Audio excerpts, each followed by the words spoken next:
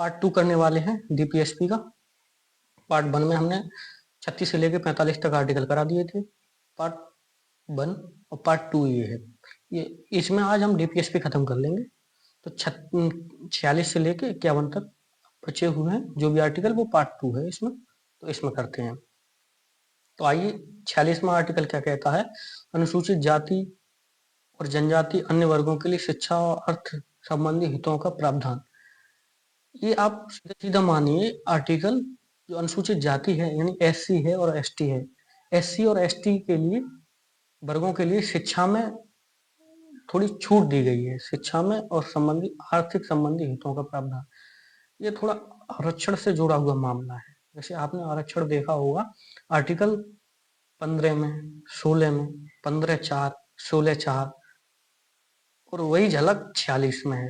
यानी एससी और एसटी लोगों को, वर्गों को, यानी शिक्षा के क्षेत्र में यानी यूनिवर्सिटी में, कॉलेज में कुछ विशेष प्रावधान करेगा राज्य, और अर्थ संबंधी हितों का प्रावधान करेगा। कुछ आर्थिक रूप से भी मदद देगा राज्य सरकार। ये आर्टिकल 46 कहता है।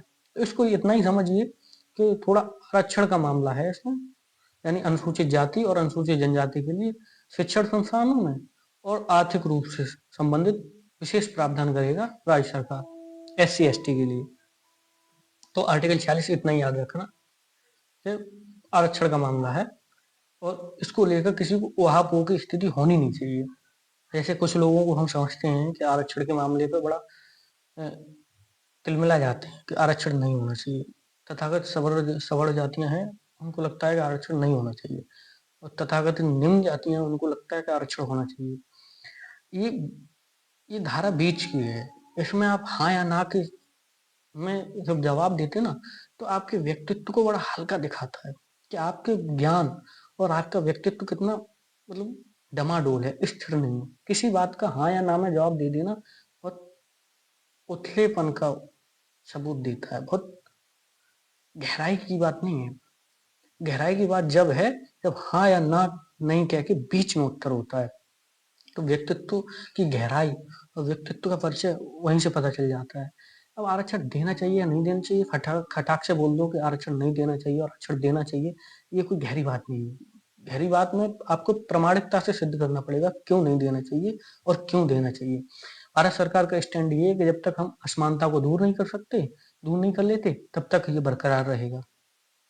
और ऐसा लगता है ठीक है, आपको लगता है कि देखो ये तो मानना पड़ेगा कि उन लोगों पे थोड़ा शोषण तो हुआ है उनको, और शोषण हुआ है तो उनको थोड़ा उठाने के लिए हम आरक्षण जैसे प्रावधान को या फिर विशेष प्रावधान करते हैं। तो इसमें किसी को वाहपो की स्थिति होनी नहीं चाहिए।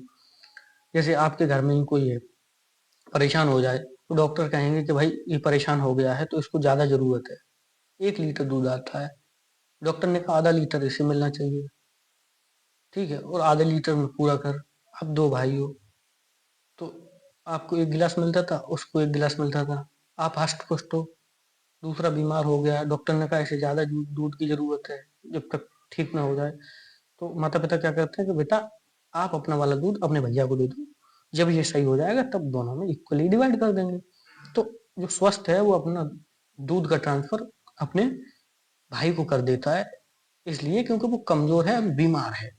जब वो स्वस्थ हो जाएगा तब इक्वली डिवाइड कर दिए, 1 गिलासों से 1 गिलास से। यही स्थिति है आरक्षण की। इन जातियों पे तथाकथित निम्न जातियां बोली जाती हैं, उन पर बहुत बहुत ज्यादा शोषण हुआ, उनको बहुत ज्यादा वंचित हैं, और वो मुख्य धारा में जब तक आएंगी नहीं तब तक ये आरक्षण का मामला खत्म नहीं होगा। तो आरक्षण दिया जाता है उन्हें मुख्य धारा में लाने के लिए। ये सकारात्मक भेदभाव है, भेदभाव नकारात्मक नहीं है। इसे आप नकारात्मक तरीके से लें तो वो आपकी मानसिकता है। भारत सरकार का स्टैंड यही है कि हम सकारात्मक भेदभाव कर सकते हैं, तो सकारात्मक भेदभाव ही कर रहे हैं वंचित लोगों को मुख्य धारा में लाने के लिए। ठीक है, तो ये आर्टिकल 46 इसी से संबंधित है। इसमें किसी को दिक्कत नहीं होनी चाहिए। मेरा तो स्पष्ट मानना है जब तक मुख्य धारा में नहीं आए बरकरार रखिए। दूसरी चीज, मुख्य धारा में आने के बाद तथा तुरंत समाप्त कर दिया जाए। और अब सर मुझे लगता है समाप्त होने वाला नहीं है, जहां तक मैं देख पा रहा हूँ, क्योंकि ये जो आरक्षण है, ये आरक्षण अब राजनीतिक मुद्दा बन गया है, राजनीतिक पार्टियों के लिए वोट बैंक बन गया है। आरक्षण जो देता है उसके लिए वोट बैंक बन के निकल के आता है, और आरक्षण खत्म करेगी उस पार्टी का वोट बैंक कटेगा। इसलिए आरक्षण अब खत्म नहीं होगा, क्योंकि ये राजनीतिक मुद्दा बन गया। अब इसमें चीजें वोट की राजनीति होती है आरक्षण के मामले में। ये कहा था, अंबेडकर जी ने कहा था कि जब चीजें मैनेज हो जाएं और तो आरक्षण को समाप्त कर देना, वरना राजनीतिक पार्टियां इसका लाभ उठाकर अपनी राजनीति चमकाने में प्रयास करेंगी, अपनी राजनीतिक रोटी सेकेंगे इस पर। ये अंबेडकर जी का मतलब स्टेटमेंट था संविधान सभा में कि जब मुख्य धारा में ये जातियां आ जाएं तो आरक्षण को समाप्त कर देना, वरना राजनीतिक पार्टियां अपनी रोटी इसी पे सेकेंगी, आरक्षण पर वोट बैंक की राजनीति करेंगी। लेकिन हुआ ना, वही हुआ। अभी मुख्य धारा में चीजें आई नहीं और जब तक वोट बैंक की राजनीति होने लगी, तो अब ये आरक्षण खत्म होने वाला नहीं, और जो करेगी उसको नुकसान होना तय है। ठीक है, हाँ, निकलते हैं 46 से आर्टिकल 47 पर पहुंचते हैं। तो पोषण और जीवन स्तर के लिए लोक स्वास्थ्य में सुधार का खतरा, यानी कि पोषण और जीवन स्तर के लिए लोक स्वास्थ्य, यानी स्वास्थ्य के बारे में बोला गया आर्टिकल 47 में। जैसे हम अच्छी चीजें खाएं, समझ रहे हैं, गेहूं से बनी रोटी, मोटे अनाज, ज्वार, बाजरा, मक्का, इनसे पोषण लें, जीवन स्तर को स्वस्थ रखें, नशीले पदार्थों से दूर रहें। कहने का तात्पर्य इसका ये है, यानी कि हम ये ना करें कि दारू पी रहे हैं, अफीम कर रहे हैं, गांजा, चरस, इन चीजों से दूर रहें। ये कहता है आर्टिकल 47। यानी पोषण, पोषण कहाँ से मिलता है हमें? भोजन से। भोजन हम वो खाएं, यानी कि गेहूं, बाजरा, मोटे अनाज, और जीवन स्तर को उच्च करें इससे, और लोग स्वास्थ्य में सुधार का कर्तव्य, यानी जो लोगों का स्वास्थ्य है इससे बेहतर बनेगा, और नशीले पदार्थों से, मादक पदार्थों से दूर रहें। मादक पदार्थ यही है, शराब है, सिगरेट है, और बीड़ी है, गुटखा है, और अफीम है, और चरस है, ड्रग्स बोलते हैं जिसे अफीम को, चरस है। तो इनसे दूर रहें, ये आर्टिकल 47 कहता है। तो यानी कि पोषण स्तर के लिए हम चीजें खाएं और नशीले पदार्थों से हम दूर रहें, तो हम स्वस्थ रहेंगे, ये आर्टिकल 47 कहता है। दारू, सिगरेट, तम्बाकू, इनसे दूर रहें और अपना सादा जीवन, उच्च विचार और सामान्य जीवन जिए, ये कहता है आर्टिकल 47। ठीक है, आइए आर्टिकल 48। 48 क्या कहता है? आर्टिकल 48 कहता है कृषि और पशुपालन संबंधी प्रावधान।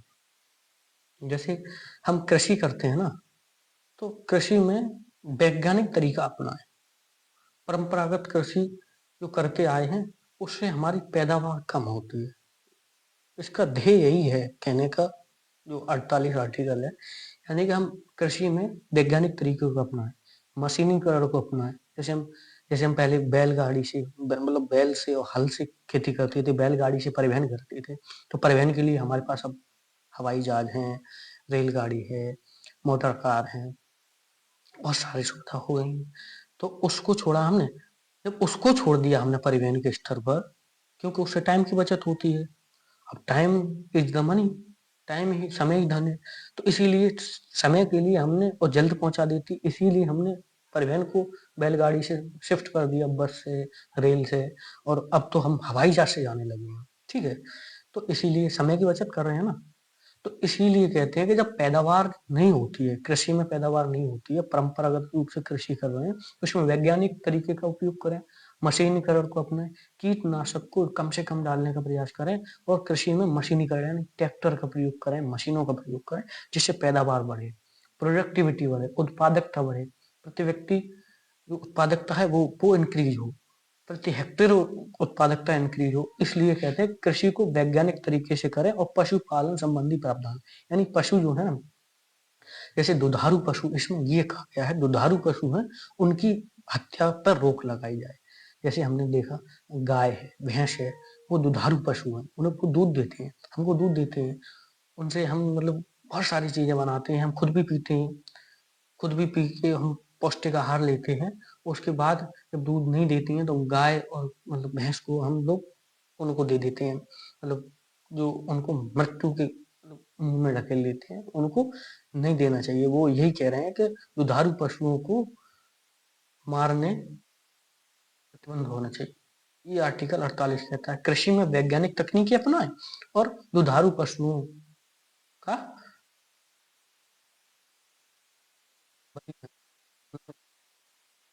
दुधारू पशुओं की आर्टिकल 48 कहता है।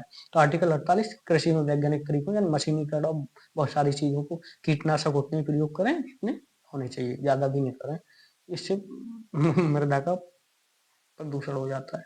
तो इसलिए कृषि में उतने ही उर्वरक डालें और जैविक कृषि जहाँ तक हो सके करें, और कृषि के में वैज्ञानिक तकनीक अपनाएं, नहीं नए बीज लाएं। जैसे हमने आपने हरित क्रांति सुना होगा, उसमें HYV जो बीज आया था हाई हील्ड वैरायटी वाला, तो हाई हील्ड वैरायटी वाला जो बीज है उच्च किस्म के बीज हों, उच्च किस्म के बीज हों, और मतलब मृदा एकदम उर्वर हो, और रसायन जो है ना वो कम से कम ज्यादा और कम से कम लगाएं, और फिर ज्यादा से ज्यादा मतलब कीटनाशकों को मारें, और कृषि में मशीनीकरण यानी ट्रैक्टर और बहुत चीजों को प्रयोग करें। जैसे अब धान काटने वाली मशीन आ गई है, गेहूं काटने वाली मशीन आ गई है, ट्रैक्टर है, उससे जुताई करें, तो ये मशीनीकरण है।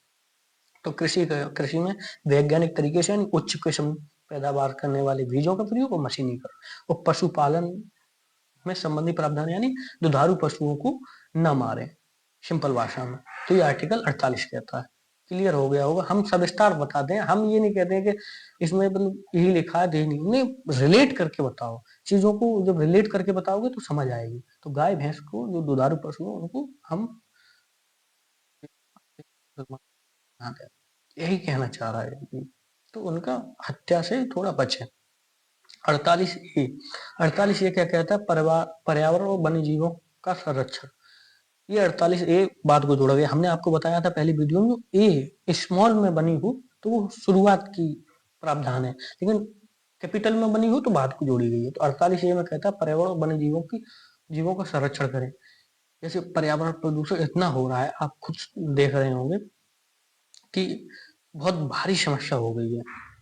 तो इसलिए पर्यावरण को संरक्षित करें, ज्यादा से ज्यादा वृक्ष लगाएं, ज्यादा से ज्यादा हम वृक्ष लगाएं, और पानी का कम उपयोग करें, और वन्य जीवों की रक्षा करें। जैसे हिरन को मार दिया सींग के लिए, और हमने हाथी को मार दिया तो उसके सींग के लिए। हमें मतलब क्या क्या कर रहे हैं लोग, ने गैंडे को मार दिया, और गैंडे का भी सींग बिकता है, हाँ हिरन का भी बिकता है, हाथी का भी बिकता है। ये किस लिए, अपनी आवश्यकता के लिए हमने उनको मार दिया। और शेर को मार देते लोग, चीता को मार देते, चीता की खाल से मतलब चीजें बनती हैं। इसीलिए कहते हैं कि हम पर्यावरण की रक्षा करें और वन्य जीवों का संरक्षण करें। अब इसका रिलेट करके देखना, वन्य जीवों का संरक्षण करेंगे तभी पर्यावरण का भी संरक्षण होगा। यानी कि जहाँ आपने देखा होगा जहाँ शेर रहता है, चीता रहता है, हाथी रहता है, वहां लोग जाने से डरते हैं, वहां लोग जाते नहीं। जब जाएंगे नहीं तो वहां की जो वनस्पति है उसको क्षति नहीं होगी मानव के द्वारा। तो वन्य जीवों का संरक्षण करेंगे तो पर्यावरण का संरक्षण ऑटोमेटिक होगा। वहां के वृक्ष काट नहीं पाएंगे आप, जब वहां जीव रहेंगे तो आप जाएंगे नहीं डर की वजह से, तो वहां का जो एनवायरमेंट है वो प्रदूषित नहीं होगा। तो इसीलिए पहला जो चीज है ना वो वन्य जीवों की रक्षा है। इसीलिए मोदी जी ने आपने देखा होगा साउथ अफ्रीका से और नामीबिया से वो चीते मंगवाए थे। चीते विलुप्त हो गए, तो चीते जब छोड़ेंगे और चीते जिस एरिया में रहेंगे उस एरिया में मानव जाने से डरेगा, और डरेगा तो पर्यावरण का इंक्रीजमेंट होगा। हम वृक्ष लगा तो रहे नहीं रहे हैं और काट रहे हैं, इसीलिए कहते हैं पर्यावरण का वन्य जीवों का संरक्षण कीजिए। आर्टिकल 48 क्लियर हो गया होगा, एकदम रिलेट करके हमने समझा दिया है। ठीक है। आर्टिकल 49 क्या कहता है कि महत्वपूर्ण स्थानों और वन और वस्तुओं का संरक्षण। महत्वपूर्ण स्थानों वस्तुओं का संरक्षण, तो इसमें ये है, जैसे इसमें ये कहना चाहिए कि जो राष्ट्र की संपत्ति है उसको क्षति ना पहुंचाएं।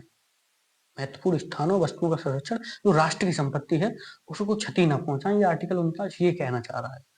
जैसे राष्ट्र की संपत्ति क्या है, जैसे रेल है, बस है, बस सरकार की है, केंद्र की भी है, रेल केंद्र सरकार की है। तो बहुत से लोग देखते हैं, आपने देखा होगा कि ट्रेन में तो इतना स्थिति खराब हो जाती है, कहीं पर भी लोग थूक दे रहे हैं। समझ रहे हैं, टॉयलेट में जाओ तो टॉयलेट कितना गंदा होता है ट्रेनों का। तो यही कहते हैं राष्ट्र की संपत्ति की रक्षा करें, यानी ट्रेनों की, बस की, रोड की। रोड भी राष्ट्र की संपत्ति है। और बहुत बड़ी बड़ी इमारतें हैं, जैसे ताजमहल है, ताजमहल राष्ट्र की संपत्ति है। लाल किला है, लाल किला राष्ट्र की संपत्ति है, तो उस पर क्षति ना पहुंचाएं। लाल किला है, ताजमहल है, कुतुब मीनार है, बस है, रेल है, ट्रेन है, ठीक है, रोडवेज है, सड़क है, और सरकार के हॉस्पिटल हैं, वहाँ जितने और सार्वजनिक स्थल हैं जैसे पार्क है, तो वहाँ ये राष्ट्र की संपत्ति, इसको बचा के रखें, इसकी तोड़ फोड़ ना करें। जैसे कोई भी आंदोलन होता है, बस फोड़ दी जाती, क्या कसूर है भाई बस का? कोई भी आंदोलन हुआ, तुमने बस छोड़ दी, बस जला दी, ट्रेन जला दी, ये क्या है? ये राष्ट्र की संपत्ति को क्षति पहुंचाना है।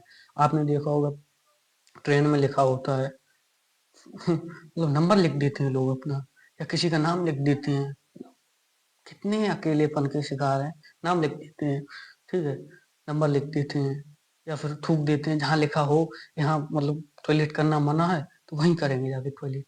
समझ रहे हैं? ये स्थिति है भारत देश की। तो राष्ट्र की संपत्ति को संरक्षण करने की तो छोड़ो वो है, उसको बर्बाद करने पर लगे हुए हैं। आपने देखो जहाँ लिखा हो टॉयलेट नहीं करनी है, या जहाँ थूकना मना है, वहीं लोग इधर उधर देखेंगे और थूक दे रहे हैं, या मतलब टॉयलेट कर दे रहे हैं। ये क्या है? ये राष्ट्र की संपत्ति को क्षति पहुंचा रहे हो आप, संरक्षण नहीं कर रहे हो। और बड़ा मतलब गौरवान्वित तरीके से करते हैं कि हमको कोई रोकेगा। तो ये चीज है, मतलब मानसिकता बदलनी है। तो महत्वपूर्ण स्थानों और वस्तुओं का संरक्षण, यानी वस्तु में ट्रेन, रेलवे, ट्रेन है, रेल है, मतलब ट्रेन, और फिर बस है, और रोड है, हॉस्पिटल्स हैं, और महत्वपूर्ण स्थानों पर जैसे पार्क हैं, और गुरुद्वारा है, ताजमहल है, मंदिर हैं, कुतुब मीनार है, ये राष्ट्रीय संपत्ति, इसको क्षति न पहुंचाएं। ठीक, तो आर्टिकल 49 ये कहता है। क्लियर हो गया होगा। अब आर्टिकल 50, कार्यपालिका और न्यायपालिका के कार्य विभाजन, यानी कार्यपालिका और न्यायपालिका के कार्य में विभाजन किया गया है। अब आप सोच रहे होंगे कार्यपालिका क्या है, न्यायपालिका क्या है? तो कार्यपालिका जो है, आपने देखा होगा जो मंत्रिमंडल गठित होता है, वो सब कार्यपालिका में आता है। मंत्रिमंडल, तो मोदी सरकार का जो भी मंत्रिमंडल गठित हुआ है वो कार्यपालिका है। और जो न्यायपालिका है, वो हमारा सुप्रीम कोर्ट, हाई कोर्ट और डिस्ट्रिक्ट कोर्ट, ये न्यायपालिका के अंतर्गत आते हैं। तो इन्होंने कहा था इन दोनों का पृथक्करण होना चाहिए, यानी कि न्यायपालिका और कार्यपालिका कभी एक होकर काम ना करें, क्योंकि एक होंगे तो फिर जनहित नहीं होगा, जन का अहित होगा।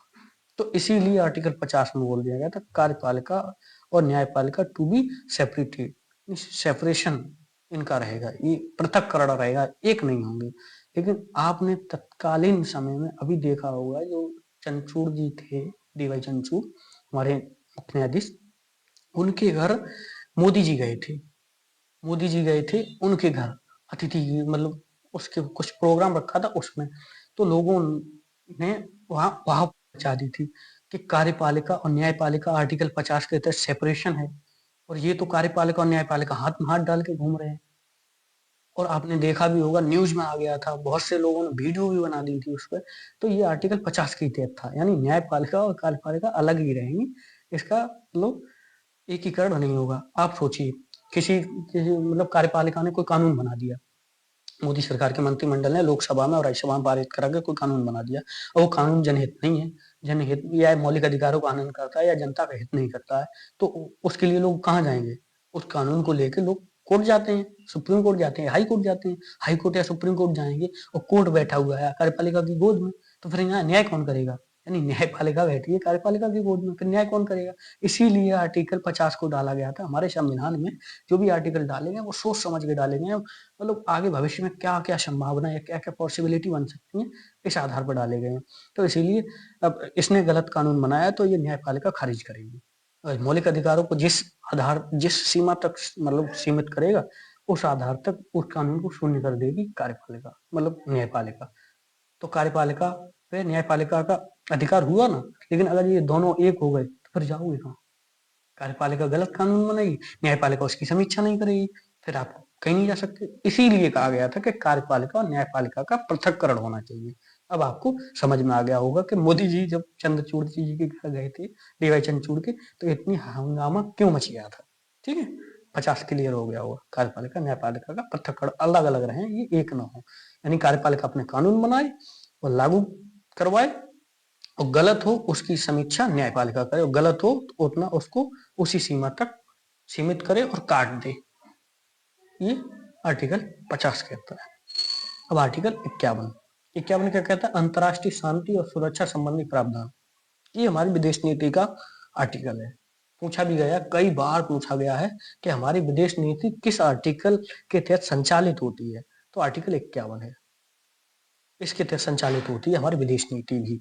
तो आर्टिकल 51 में क्या कहा गया है? यानी अंतर्राष्ट्रीय शांति और सुरक्षा संबंधी प्रावधान, यानी कि जो हम ज्यादा से ज्यादा ये करेंगे कि अंतर्राष्ट्रीय स्तर पर शांति बनी रहे और सुरक्षा बनी रहे।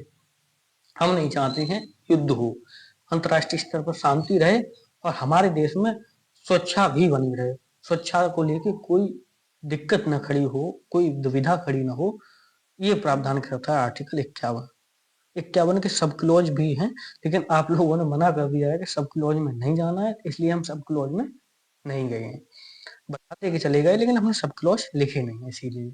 तो ये आर्टिकल 51 यही कहता है कि अंतर्राष्ट्रीय शांति और सुरक्षा संबंधी प्रावधान है। अंतर्राष्ट्रीय स्तर पर सुरक्षा भी बनी रहे और शांति भी बनी रहे।